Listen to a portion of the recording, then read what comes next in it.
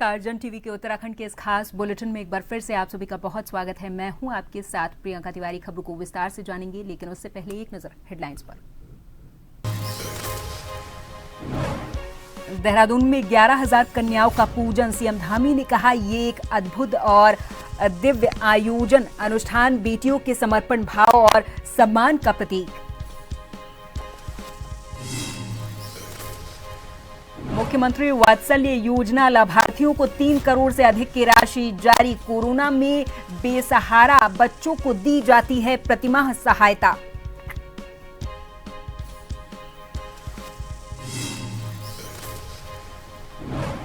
आपदा प्रबंधन को लेकर सरकार सतर्क। आपदा ने निपटने की तैयारियों को और किया मजबूत। मंत्री कौशिक ने कहा, जिला स्तर पर की जाएगी समीक्षा।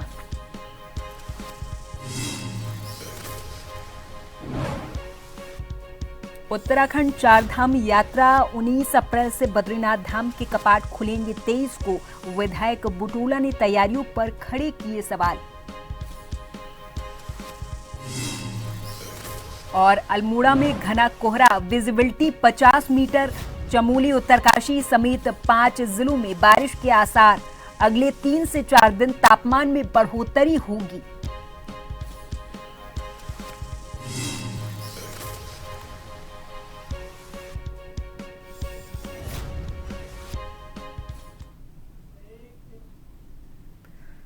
उत्तराखंड के मुख्यमंत्री पुष्कर सिंह धामी ने चैत्र नवरात्र के पावन मौके पर आयोजित 11,000 कन्याओं के पूजन कार्यक्रम में शिरकत की है। मुख्यमंत्री ने इसे एक अद्भुत और दिव्य आयोजन बताया है। उन्होंने जोर देकर ये कहा कि ये केवल कार्यक्रम एक अनुष्ठान नहीं, बल्कि हमारी बेटियों के प्रति समाज के समर्पण भाव, आदर और सम्मान का प्रतीक है। मुख्यमंत्री ने इस पहल की सराहना की और कहा कि ऐसे आयोजनों से समाज में बेटियों की गरिमा और सशक्तिकरण का संदेश और अधिक प्रभावी ढंग से प्रसारित होता है।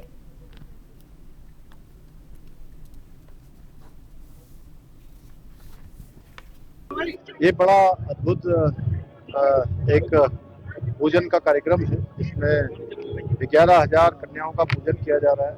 निश्चित रूप से ये हमारी कन्याओं के प्रति हमारा समर्पण, हमारा भाव, आदर और सम्मान बेटियों के प्रति दर्शाता है।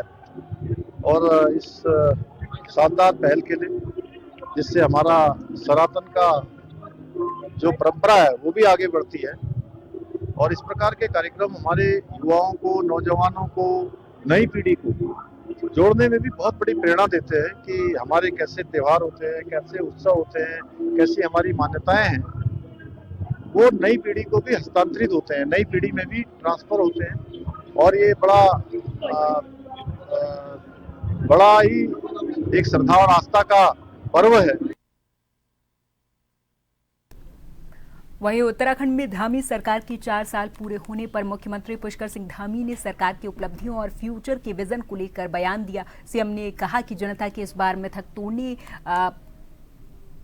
शुरू कर दिए हैं और मिथक तोड़ते हुए लगातार दूसरी बार सरकार को मौका दिया गया है। सुनाएंगे। उत्तराखंड की जनता ने हमें हमारे प्रधानमंत्री श्री नरेंद्र मोदी जी के नेतृत्व में पहली बार राज्य के अंदर एक परिपाटी थी, एक मिथक था कि हर बार सरकार बदल जाती है। उत्तराखंड की जनता ने ये मिथक तोड़ा, ये परिपाटी बदली और लगातार हमको सरकार में दूसरी बार लाकर काम करने और सेवा करने का अवसर प्रदान किया। हमने भी आदरणीय प्रधानमंत्री जी की प्रेरणा से उत्तराखंड के हर एक क्षेत्र तक समेकित रूप से, यानी समान भाव से काम हो, समान रूप से विकास हो, विकास की गंगा हर जगह पहुंचे।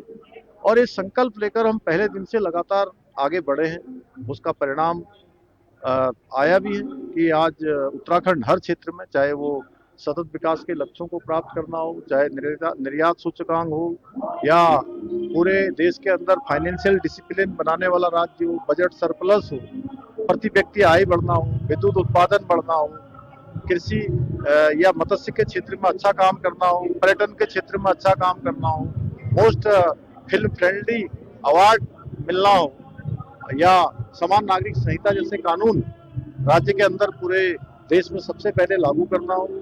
ऐसे अनेक ऐतिहासिक निर्णय लेकर हमने उत्तराखंड की जनता की जो भावना है उसको आगे बढ़ाने का काम किया है। देहरादून में महिला सशक्तिकरण और बाल विकास मंत्री रेखा आर्या ने मुख्यमंत्री वात्सल्य योजना के तहत लाभार्थियों को 3 करोड़ 2 लाख रुपए से अधिक की धनराशि जारी की है। कैंप कार्यालय पर धनराशि लाभार्थियों के खातों में डीबीटी करने के बाद कैबिनेट मंत्री रेखा आर्या ने बताया कि इस योजना में प्रदेश सरकार 2020 से ही कोरोना महामारी के समय अभिभावकों को खो देने वाले बेसहारा बच्चों को प्रतिमाह 3,000 की सहायता राशि देती है। इस योजना के तहत जनवरी 2026 तक का धन पहले ही जारी कर दिया गया था। फरवरी में 5,057 लाभार्थियों को कुल 1 करोड़ 51 लाख 71 हजार रुपए मंगलवार को जारी किए गए हैं।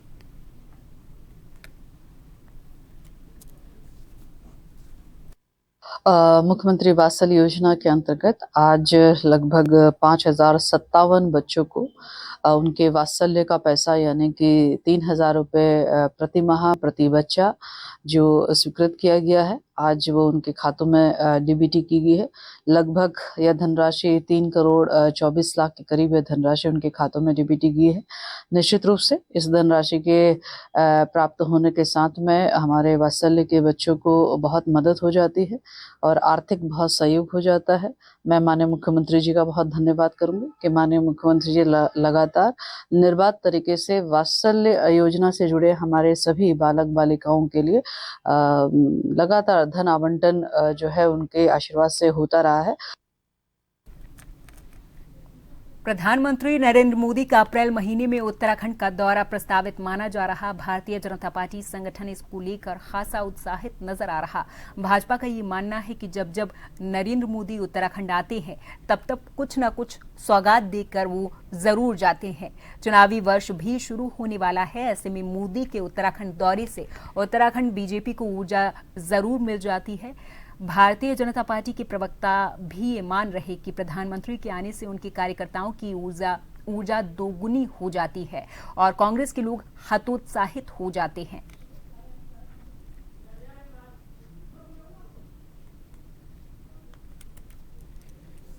देखिए, आदरणीय प्रधानमंत्री जी का अप्रैल माह में उत्तराखंड में प्रस्तावित दौरा है और सभी कार्यकर्ता बहुत उत्साहित हैं कि हमारे माननीय प्रधानमंत्री जी पुनः उत्तराखंड आ रहे हैं। उत्तराखंड से उनका बहुत लगाव है और आप देखते हैं कि प्रत्येक वर्ष 2 से 3 दौरे जो है माननीय प्रधानमंत्री जी के उत्तराखंड रहते ही रहते हैं। अप्रैल माह में उनका प्रस्तावित दौरा है। हरिद्वार के एक निजी होटल में सुरक्षित साथ ही गिग वर्कर रोड सेफ्टी और इमरजेंसी रिस्पांस ट्रेनिंग प्रोग्राम का आयोजन किया गया। इस कार्यक्रम की शुरुआत मुख्य अतिथि परिवहन मंत्री प्रदीप बत्रा ने दीप प्रज्वलित कर की है। इस दौरान उन्होंने बताया कि चारधाम यात्रा को देखते हुए राज्य के प्रवेश द्वार गुरुकुल नारसन में एक आधुनिक सूचना केंद्र स्थापित किया जाएगा। इस केंद्र पर एआरटीओ कार्यालय भी संचालित होगा, जहां वाहन चालकों के डॉक्यूमेंट्स की जांच के साथ ही ग्रीन कार्ड की भी सुविधा उपलब्ध की जाएगी, जिससे यात्रियों और ड्राइवरों को बार बार रुकने की जरूरत नहीं पड़ेगी और वो अपनी यात्रा को सुगमता से पूरा कर सकेंगे।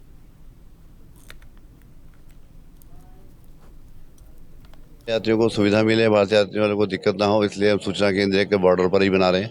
जहां हमारा प्रवेश द्वार है गुरुकुल नारसन में, वहां पर एक सूचना केंद्र बनेगा जिसमें एआरटीओ ऑफिस खुलेगा और वहां पर जो है ग्रीन कार्ड जो बनना है सभी डॉक्यूमेंट चेक करके वहीं पर लोगों को मिल जाए, जिससे कि आगे जगह जगह पर डॉक्यूमेंट चेक ना कराने पड़े, हर चीज़ के लिए यात्रियों को परेशान ना किया जाए।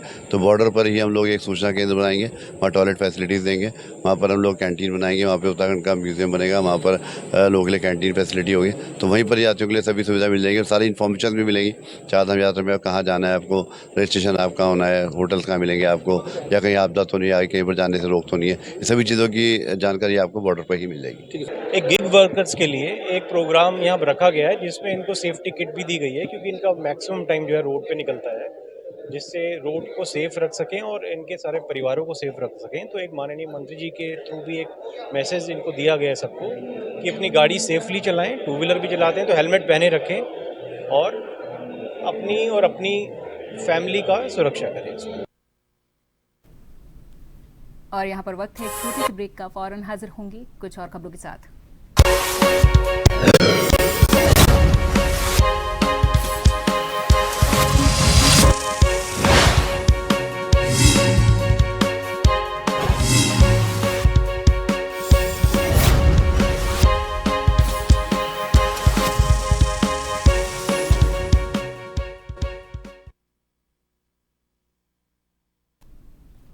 अगली खबर चंपावत से है, जहां पर रसोई गैस के लिए मारामारी लगातार जारी है। वहीं जिले में गैस वितरण किया गया है। दरअसल जानकारी दे दें कि इस वक्त जो स्थिति पूरे देश में बनी हुई है, उसकी वजह से आम जनता बेहद परेशान है। जिले के लोहाघाट नगर में आज इंडियन गैस एजेंसी के द्वारा हाथरंगिया क्षेत्र में रसोई गैस का वितरण किया गया है। रसोई गैस लेने के लिए सुबह 7 बजे से ही सैकड़ों उपभोक्ताओं की भारी भीड़ जमा हो गई थी, जिस कारण रुक रुक कर सड़क में जाम भी लगता रहा। भारी अव्यवस्थाओं के बीच रसोई गैस का वितरण किया गया। गैस वितरण में होते हंगामे को देखकर पुलिस को हस्तक्षेप करना पड़ा है और पुलिस के पहरे में रसोई गैस का वितरण किया गया है।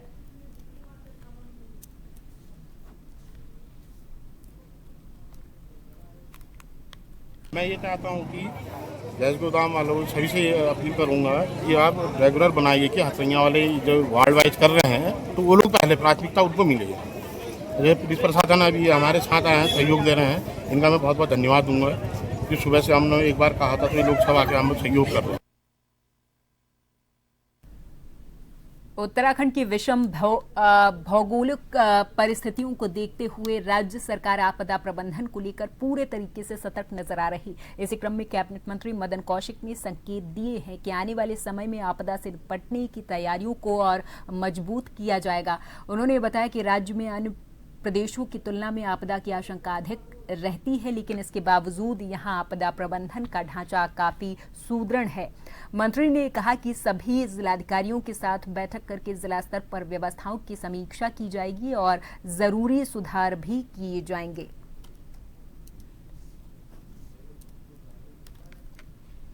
आपदा प्रबंधन में निश्चित रूप से राज्य की जो परिस्थिति है, विषम भौगोलिक परिस्थिति है, राज्य में आपदा का संभावना अन्य राज्यों की तुलना में अधिक रहती है, लेकिन यहाँ उतना ही अच्छा सेटअप है आपदा का प्रबंधन में। तो निश्चित रूप से सबके साथ बैठकर सबको सक्रिय करते हुए सारे जिलाधिकारियों से बातचीत करेंगे, जिलों में किस प्रकार की व्यवस्था में बनानी है। ऊधम सिंह नगर के खटीमा के सुरई रेंज में तराई पूर्वी वन प्रभाग के द्वारा एक विशेष संवाद कार्यशाला का आयोजन किया गया, जिसका मुख्य उद्देश्य आगामी वनाग्नि काल और बढ़ते मानव वन्यजीव संघर्ष की घटनाओं के प्रति मीडिया कर्मियों को जागरूक करना और प्रशिक्षण देना रहा है। एसडीओ संचिता वर्मा के नेतृत्व में आयोजित इस प्रशिक्षण कार्यक्रम में वन विभाग और मीडिया के बीच बेहतर समन्वय पर जोर दिया गया। इस कार्यशाला में विशेषज्ञों ने बताया कि जंगल की आग और वन्य जीवों की आबादी क्षेत्र में आने की सूचनाओं को किस तरीके से संवेदनशीलता के साथ प्रसारित किया जाए ताकि जनता में डर का माहौल न रहे और राहत कार्य तेजी से हो सके। वन्यजीव संघर्ष वर्तमान समय में एक ज्वलंत समस्या भी बना हुआ है वर्तमान में हमारे क्षेत्र में, और इसी के निराकरण के लिए और स्थानीय जनता को जागरूक करने के लिए उसमें मीडिया की प्रमुख भूमिका को देखते हुए तराई पूर्वी वन प्रभाग के द्वारा सुरई रेंज में आज 1 दिवसीय वर्कशॉप का आयोजन किया गया। संवाद नाम से हमने इसको यहाँ पर आयोजित किया और इसमें हमारा जो मुख्य उद्देश्य था, जो हमारा ये वनाग्नि काल है और इसके साथ साथ जो मानव वन्यजीव संघर्ष से संबंधित जो घटनाएं हैं उनके निराकरण में हमारी जो स्थानीय मीडिया की बहुत अधिक महत्वपूर्ण जो भूमिका है उसको हम किस प्रकार से हम यूज़ कर पाएँ, उसका किस प्रकार से हम स्थानीय मीडिया का सहयोग ले पाएँ, जिससे ससमय हम त्वरित प्रतिक्रिया करके इस प्रकार की जो गलत चीज़ें हो जाती हैं उनसे हम बच सकें। काशीपुर के सरकारी अस्पताल से डॉक्टर संदीप कुमार दीक्षित ने महिलाओं के स्वास्थ्य के प्रति एक ऐसी क्रांतिकारी मुहिम का आगाज किया जो कि आने वाले कल की पूरी तस्वीर बदल देगी। दुनिया भर में महिलाओं के लिए साइलेंट किलर बन चुके सर्वाइकल कैंसर जैसी गंभीर बीमारी को जड़ से मिटाने के लिए अब 14 साल से लेकर 15 साल 3 महीने तक की किशोरियों को HPV वैक्सीन का सुरक्षा चक्र पहनाया जा रहा। डॉक्टर दीक्षित के नेतृत्व में अस्पताल प्रशासन ने शहर की तंग गलियों से लेकर सुदूर ग्रामीण इलाकों तक जागरूकता का ऐसा शंखनाद किया, जहां लाउडस्पीकर की गूंज और फ्लेक्सी चार्ट के संदेशों के जरिए हर परिवार को इस जीवन रक्षक टीके के महत्व से जोड़ा जा रहा है।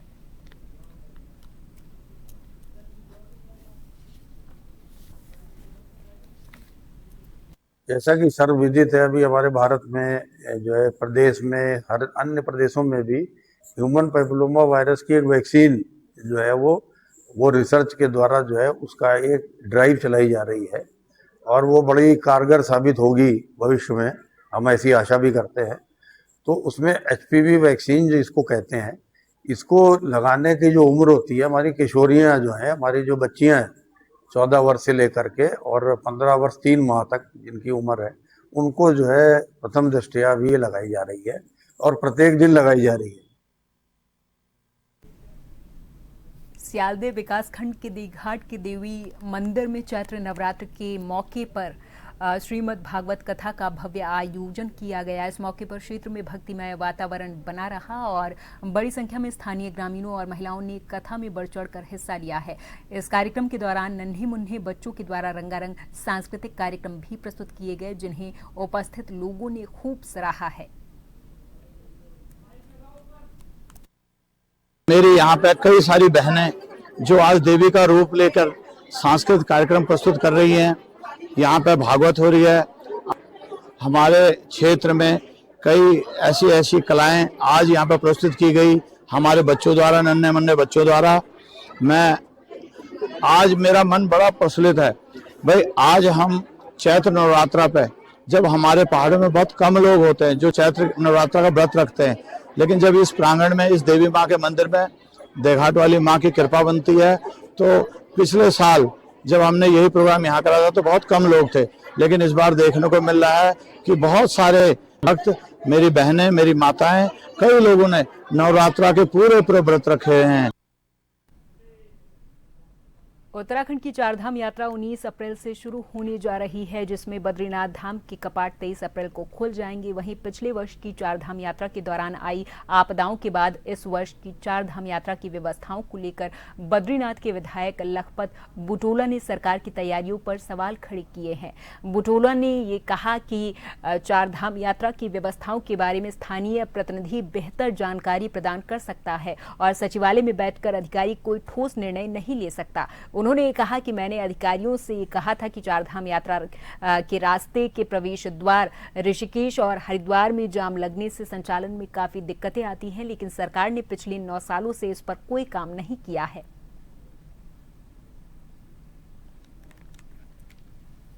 होता है कि वहाँ की समस्याएं स्थानीय जनप्रतिनिधि बता सकता है। सचिवालय के अंदर बैठ करके अधिकारी तय नहीं कर सकते कि बद्रीनाथ, केदारनाथ या गंगोत्री यमुनोत्री में क्या समस्याएं हैं या पिछली बार क्या क्या दिक्कतें आई, उनसे किसी प्रकार की चर्चा नहीं होती है। हाँ, ये जरूर मैंने कहा कि विधानसभा में मैंने चारधाम यात्रा को लेकर सबसे बड़ी समस्या में एक समस्या ये बताई थी कि जो हमारा प्रवेश द्वार केदारनाथ, ये ऋषिकेश और हरिद्वार के अंदर जो जाम लगता, जो परिस्थितियां होती, उसको लेके 9 सालों में इन्होंने कुछ नहीं किया है।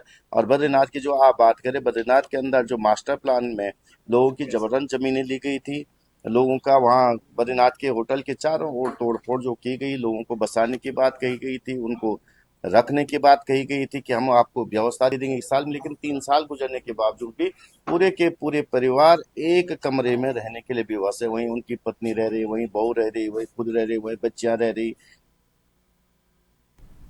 और इसी के साथ इस बुलेटिन में फिलहाल के लिए मेरे साथ बस इतना ही। आप देखते रहें जन टीवी। नमस्कार।